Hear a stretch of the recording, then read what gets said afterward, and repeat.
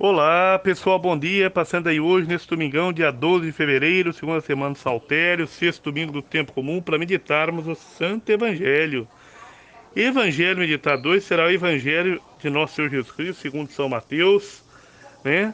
Capítulo 5, versículo 17 ao 37. Digo-vos, pois, se vossa justiça não for maior que a dos escribas e fariseus, não entrareis no reino dos céus. Ouviste o que foi dito aos antigos?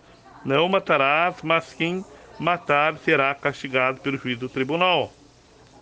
Mas eu vos digo: todo aquele que se irar contra o seu irmão será castigado pelos juízes. Ouviste o que foi dito aos antigos? Não cometerás adultério. Eu, porém, vos digo: todo aquele que se lançar um olhar de cobiça para uma mulher já adulterou com ela em seu coração. Ouviste ainda o que foi dito aos antigos? Não jurarás falso, mas cumprirás para com o Senhor os teus juramentos.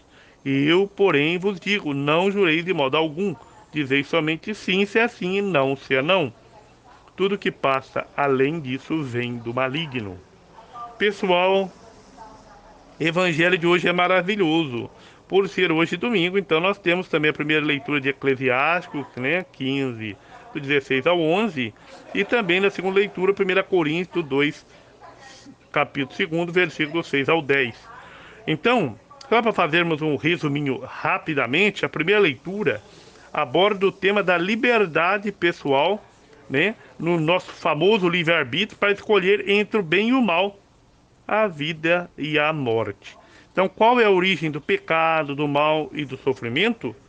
Teria Deus alguma responsabilidade na criação do mal do mundo? Ora, depois de refletir sobre a experiência vivida, os teólogos bíblicos, né, chegaram à conclusão de que a criação de Deus é boa e que o homem dotado de liberdade acabou escolhendo o caminho contrário à vontade de Deus. Então, qual que é o problema do mundo aí? O pecado. O pecado é uma invenção angelical e não uma invenção hominal. Então, de modo que quem que inventou o pecado foi Lúcifer, e uma terça parte, né, adotou o pecado como o seu modus operandi de viver. Então, é uma negativa à vontade de Deus o pecado, não é isso? É uma ausência de amor. Então, o que que acontece? Então, o pecado é uma escolha má que a pessoa faz, não é verdade?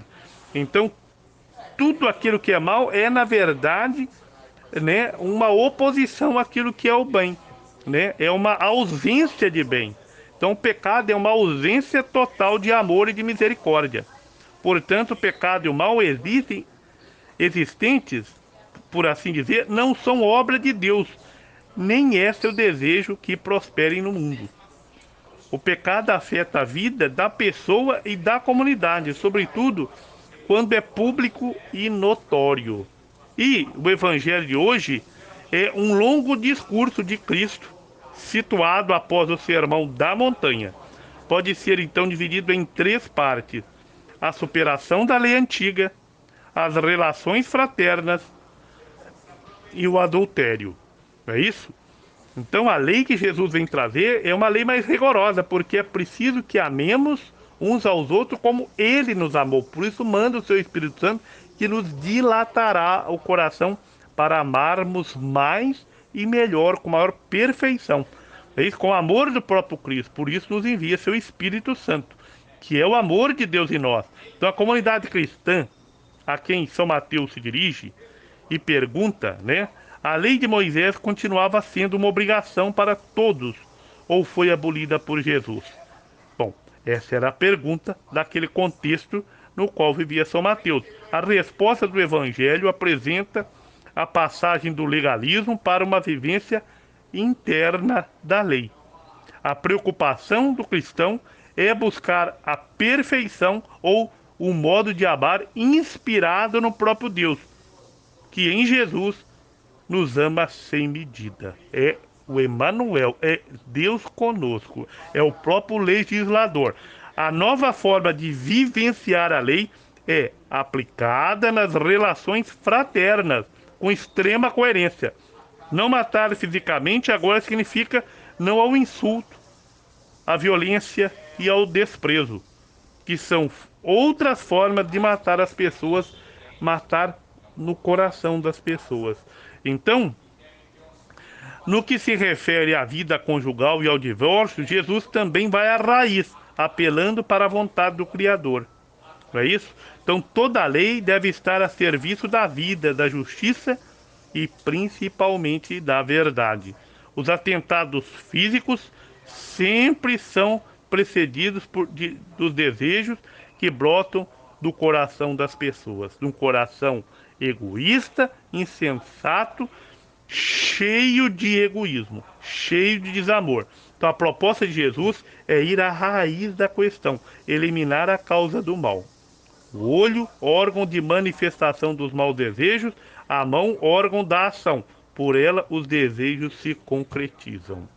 Então, que maravilha! E para a gente refletir hoje, a base do ensinamento de Jesus está na dignidade inviolável da pessoa e no profundo respeito que se deve ter por ela, pela sua sacralidade, por ser imagem e semelhança de Deus, e para os batizados seus filhos, e por ser morada do Espírito, que é o amor de Deus em nós. Daí a necessidade de extirpar pela raiz todo o mal que queira se estabelecer em nós. Deus abençoe você para que cheios do Espírito Santo, afirmar como salmista no Salmo 19: felizes aqueles cuja vida é pura e seguem a lei do Senhor. Um grande abraço, muito obrigado.